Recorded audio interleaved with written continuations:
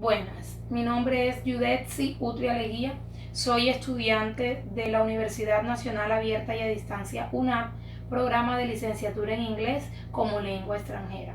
Hoy nos encontramos aquí para abordar el capítulo 7 del documento El español en contacto con otras lenguas de los autores Carol Klee y Andrew Lins.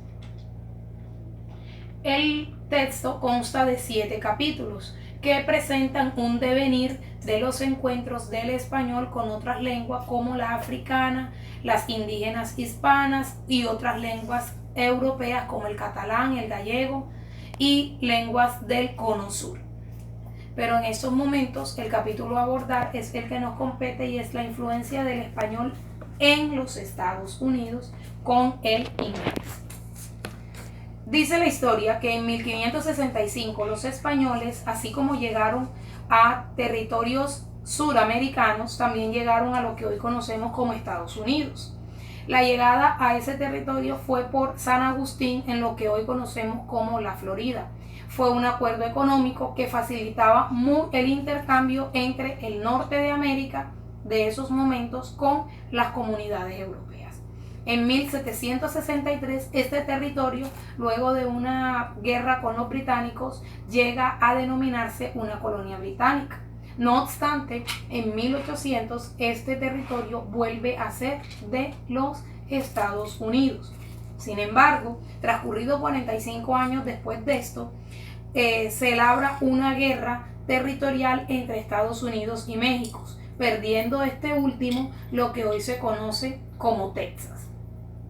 En 1846 se declara una nueva guerra que finaliza en 1848 con el Tratado Guadalupe de Hidalgo, tratado en el cual se pactan o se acordó que México, lo que hoy conocemos como México, cedía parte de su territorio a Estados Unidos, entre ellos Nevada, Nuevo México, Utah y Wyoming.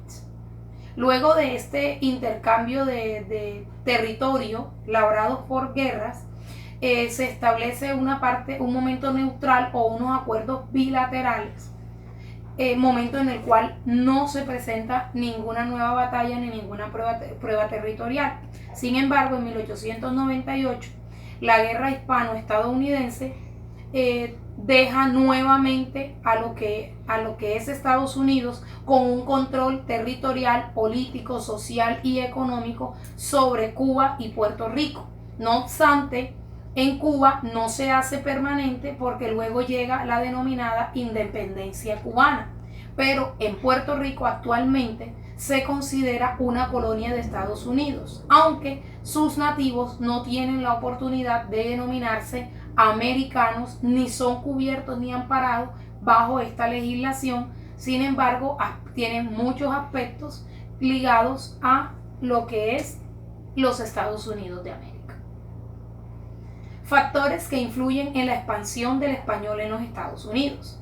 Dentro de los factores primordiales podemos mencionar 3: la migración mexicana, la migración puertorriqueña y la hispanización de Miami.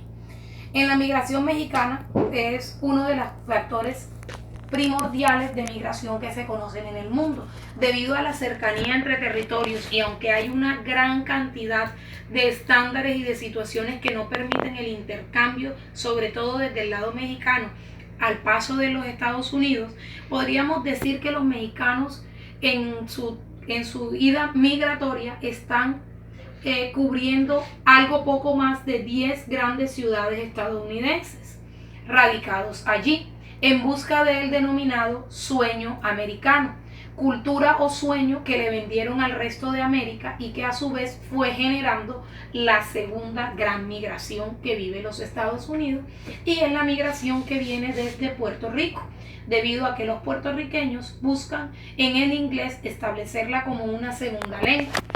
Aunque en muchos lados se busca la opción o se ha pensado en la alternativa de luchar por directamente quedar siendo parte de los territorios americanos, eso no se ha logrado.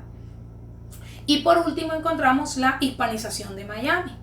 Esa hispanización primordialmente tiene gran influencia migratoria, como es el caso de Cuba, país en el cual la población, debido a al control dictatorial de Fidel Castro durante más de 40 años y al que aún hoy ejerce su hermano Raúl Castro, las personas salen en migración, en balsas, buscando la alternativa del denominado sueño americano y en muchos casos de volverse a encontrar con sus familias, lo que presenta un arraigo muy marcado entre la lengua americana y la lengua hispana.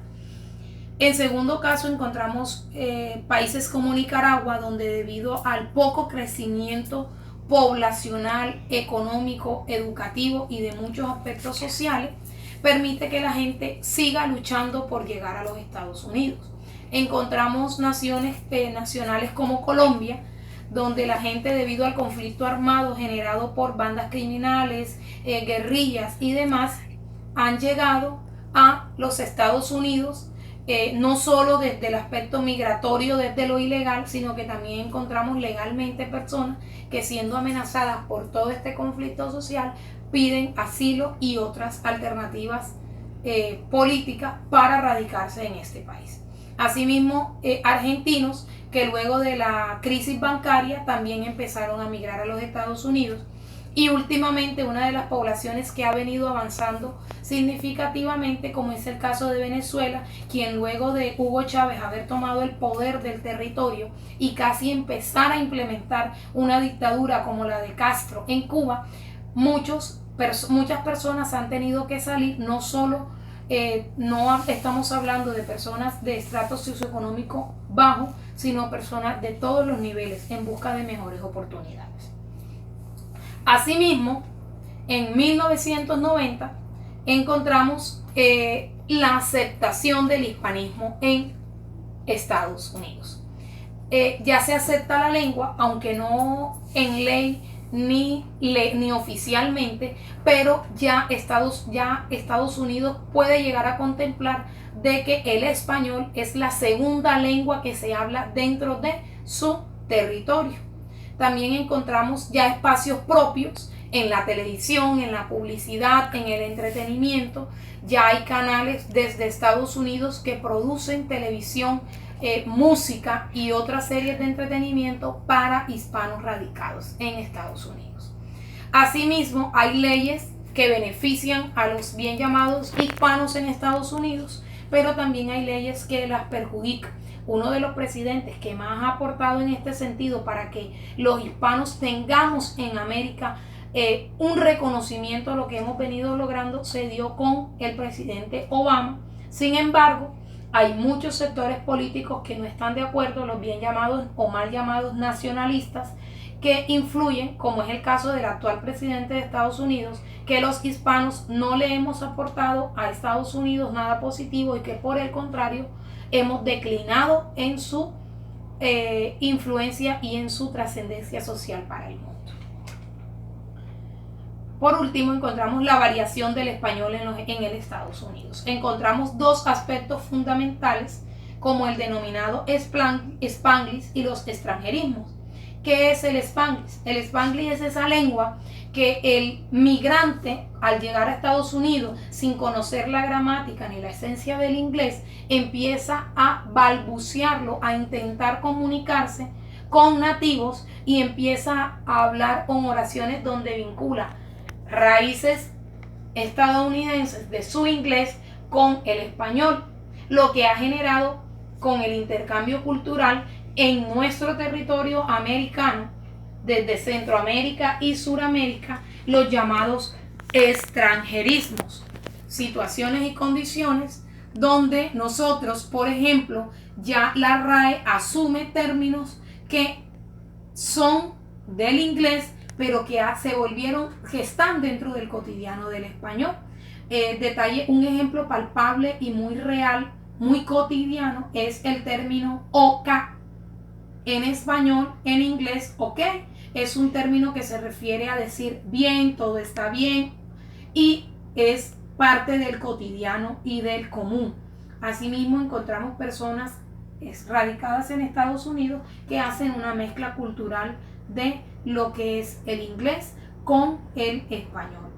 Así pues, me permito finalizar el capítulo 6 de el texto El contacto del español con otras lenguas, que estaba marcado netamente a la influencia o a cómo se ha desarrollado el inglés en el español, perdón, en los Estados Unidos y la influencia que ha tenido la posesión o el traslado de los hispanos a territorio americano. Espero haber cumplido con las expectativas y que el material pueda servir como apoyo para este referente temático. Muchísimas gracias por su atención.